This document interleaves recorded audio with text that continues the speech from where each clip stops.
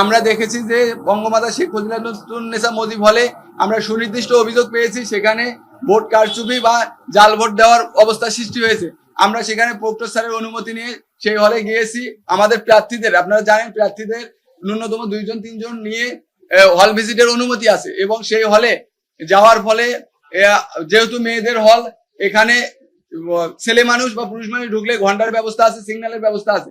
তারপরেও আমরা দেখেছি যে ওখানে যারা দায়িত্বশীল শিক্ষক শিক্ষিকা বা কর্মচারীরা আছেন, ওনারা উদাসীন ভূমিকা পালন করেছেন, ভোট কেন্দ্র একদম ফাঁকা রেখেছেন, যার জন্য ওখানকার যারা জাল ভোট দিচ্ছেন তাদের একটি অংশ মব ক্রিয়েটের করার চেষ্টা করছেন।